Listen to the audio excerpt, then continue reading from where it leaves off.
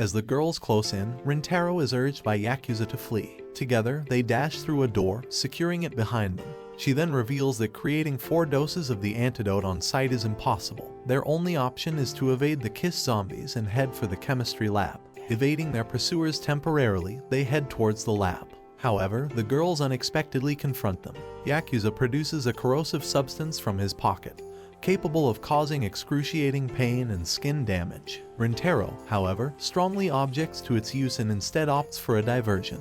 They manage to outpace the girls once more, leading to another pursuit. Rintaro, in his hurried escape, can't help but notice the abnormal speed of their pursuers. The girls, once his friends, now exhibit superhuman capabilities, a side effect of their transformation into something beyond human, unbound by the usual physical limits. As he ponders this, an unexpected encounter unfolds. An elderly woman, eccentric in her demeanor, suddenly lunges towards them with the intent to kiss. Yakuza, ever ready, quickly utilizes a corrosive substance in defense. However, the plan goes awry. The woman, having just applied her makeup, is unexpectedly resilient to the chemical attack. Her reaction is one of sheer fury, her visage transforming into something almost unrecognizable. Rintaro, in a moment of grim poetry, compares her enraged expression to an abyss, deep and terrifying, staring back at them. Kasari, witnessing this, comes to a startling realization. The makeup on the woman's skin acted as an unexpected shield, rendering the corrosive substance ineffective. Rintaro, observing this, muses aloud on the limitations of science when faced with such extraordinary situations. Despite this setback, they manage to evade the woman, whose kiss they now fear more than ever. The threat, however, is far from over. The horde of zombified individuals continues its relentless pursuit. Faced with overwhelming odds, Rintaro and Kasari decide that splitting up is their best chance of survival.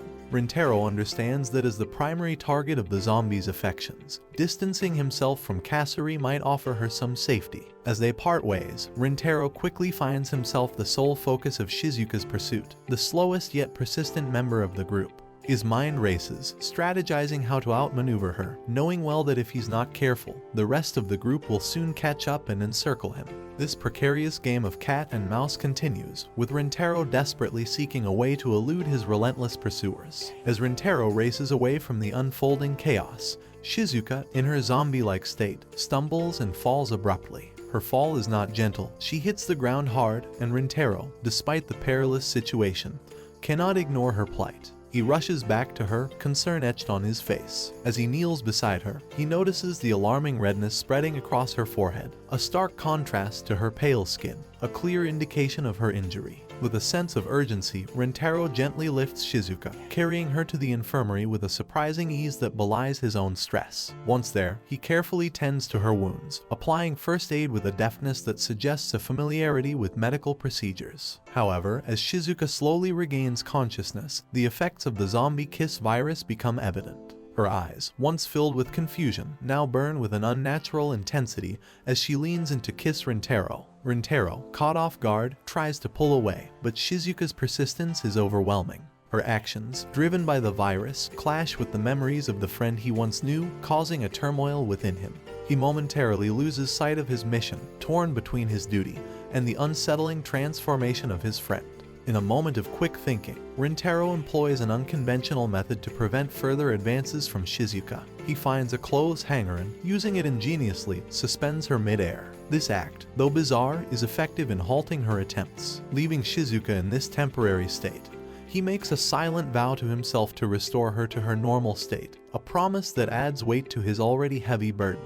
As Rintaro resumes his journey towards the laboratory, his path is quickly barred by 2 more victims of the zombification, Kurine and Hikari. These encounters are not mere chance, they are strategic, orchestrated by the cunning minds of the afflicted girls. Kurine, with a calculated move, propels Hikari towards Rintaro. This tactic catches Rintaro off guard, effectively trapping him in their clutches. The situation escalates as Hikari, seizing her opportunity, plants a kiss on Rintaro, her actions deliberate and focused. Kurine follows suit, and a bizarre rotation ensues. Rintaro, trapped in this cycle, feels a disconcerting numbness creeping over his consciousness. Unlike his encounter with Shizuka, Rintaro finds it significantly more challenging to break free from their grasp, their determination fueled by the virus. However, the dynamic changes when an argument erupts between Kurine and Hikari. Their dispute, intense and passionate, reveals that their core personalities remain intact beneath the zombified exterior. This revelation is a glimmer of hope for Rintaro. Capitalizing on this moment of discord, Rintaro executes a cunning strategy. He manipulates the situation to his advantage, resulting in Kurain and Hikari turning their attention towards each other and engaging in a kiss. This unexpected turn of events provides Rintaro with the much-needed chance to slip away.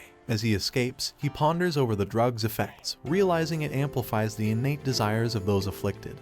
A realization that adds a new layer of complexity to their predicament. Through this harrowing experience, Rintaro gains insights into the nature of the virus, insights that may prove crucial in their fight against this unusual epidemic. The journey ahead is fraught with uncertainty, but Rintaro's resolve remains steadfast, fueled by the need to save his friends and restore normalcy. Rintaro surmises that the intense interaction between Kurain and Hikari might stem from love, not just friendship. Contemplating this, he watches them momentarily before realizing his urgency to reach the chemistry lab. Upon reaching the lab, he encounters Nano at the door and quickly retreats, concealing himself in a closet.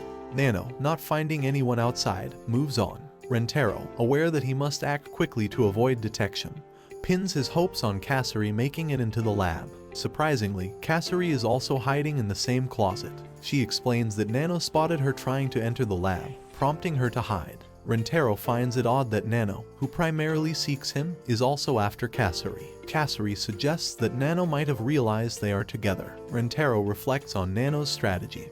Her intelligence remains despite her zombified state. Panic sets in as he realizes Nano will likely find them soon. Kasari proposes a plan. Rintaro could distract Nano, allowing her to sneak into the lab. Rintaro acknowledges he considered a similar idea, but worries it might seem suspicious if he suddenly emerges from hiding.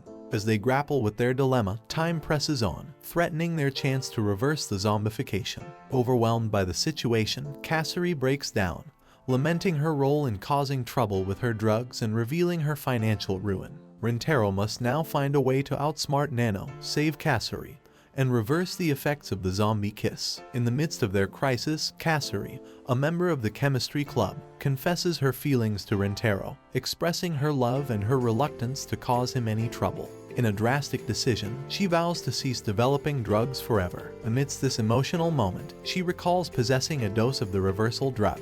Rintaro is relieved, realizing this single dose could be key in confronting Nano and accessing the lab. He praises Kasari's brilliance. However, Kasari unexpectedly consumes the potion herself, explaining that it's to revert to her normal size, making her unrecognizable to Nano. As Kasari stands close to Rintaro, he becomes noticeably flustered due to their physical proximity. Kasari clarifies that the effects of her sip of the reversal drug will soon fade, and if she reverts to a child while under its influence, Nano might discover their plan. Kasari then devises a new strategy to subdue Nano, intending to surprise her with her altered appearance. As anticipated, Nano pays no attention to Kasari in her changed form. Kasari attempts to restrain Nano with tape, but the plan backfires, and Nano overpowers her instead. Rintaro's hope dwindles as Kasari, essential for creating more of the reversal drug, is now captured. In a twist of fate, Rintaro spots some of the spilled reversal drug on the floor. Frustrated yet spurred into action, he flees, with Nano in pursuit. He manages to elude her by ducking into a room, seeking refuge and contemplating his next move in this high-stakes game of survival and strategy. Nano's relentless pursuit leads her to breach the room Rintaro is hiding in, ultimately managing to kiss him.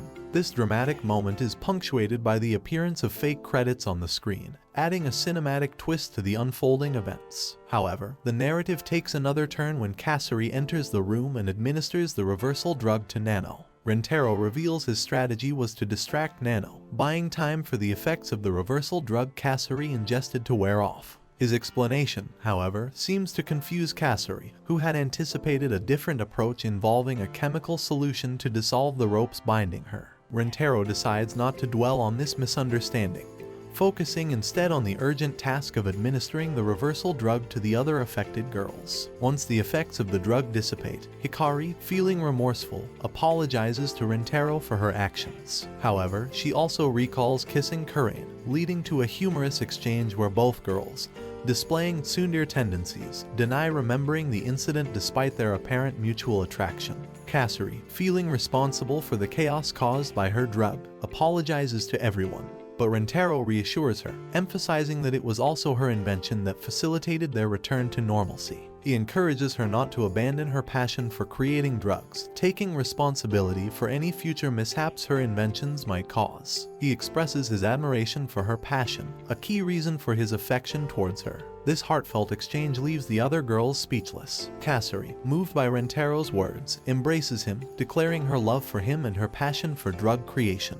The scene concludes with Kasari affectionately kissing Rintaro, bringing a tender resolution to the adventure. The story wraps up as another entertaining episode on their channel, blending humor, romance, and a touch of science fiction. And that's it for another episode of 100 Girlfriends That Really Love You.